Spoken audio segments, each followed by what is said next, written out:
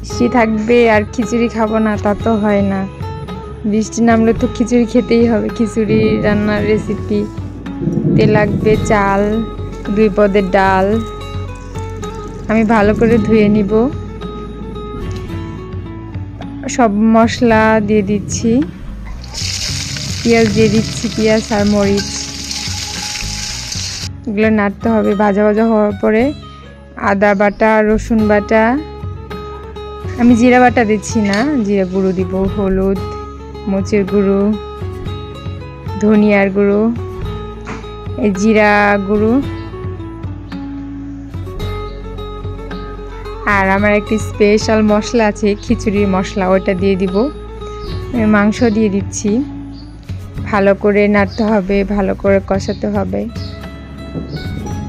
দেখেছেন গাইস বৃষ্টি, এই যে এটা আমার সিক্রেট মশলা, খিচুড়ির সিক্রেট মশলা। আপনারা মশলার যদি রেসিপিটা চান তাহলে আমার কাছে অবশ্যই বলতে পারেন। আমি দিয়ে দিচ্ছি চাল, ভালো করে কষাতে হবে, ভালো করে কষাতে হবে। এই চালটা পাক আনাতে হবে, ভালো করে নাড়তে হবে যাতে নিচে না লেগে যায়। আমার কষানো শেষ, এখন পানি দিয়ে দিচ্ছি পরিমাণ মতো।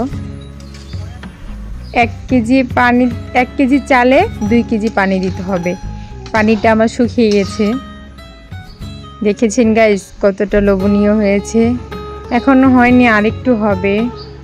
আমি আবার ঢেকে দিচ্ছি যাতে ফুটে যায় চালটা। বৃষ্টি, এই হালকা হালকা মিষ্টি মিষ্টি ওয়েদারে খিচুড়ি খেতে অনেক ইয়াম্মে লাগে। এর জন্য আমি ভুনা খিচুড়ি তৈরি করে ফেলতেছি এবং আমার ভুনা খিচুড়ি রেডি। এখন শুধু খাওয়ার পালা। বাইরে বৃষ্টি, বিদ্যুৎ চমকাচ্ছে, আর হলো ভুনা খিচুড়ি রেডি। এখন আমি খাবো। দেখেছেন কত লোভনীয় হয়েছে। আপনারা বাসায় অবশ্যই ট্রাই করতে পারেন এই রেসিপিটা, অনেক মজা হয়েছে। আর আরেক কথা বলার তো মনেই নেই, এটা হলো পোলার চাল দিয়ে ভুনা খিচুড়ি। দেখছেন বিদ্যুৎ চমকাচ্ছে আর আমার খিচুড়িও রেডি। অনেক ইয়াম্মি হয়েছে। আপনারা যদি খেতে চান অবশ্যই ট্রাই করতে পারেন, এই রেসিপিটা ফলো করতে পারেন। কত ঝরঝরে ইয়াম্মি হয়েছে।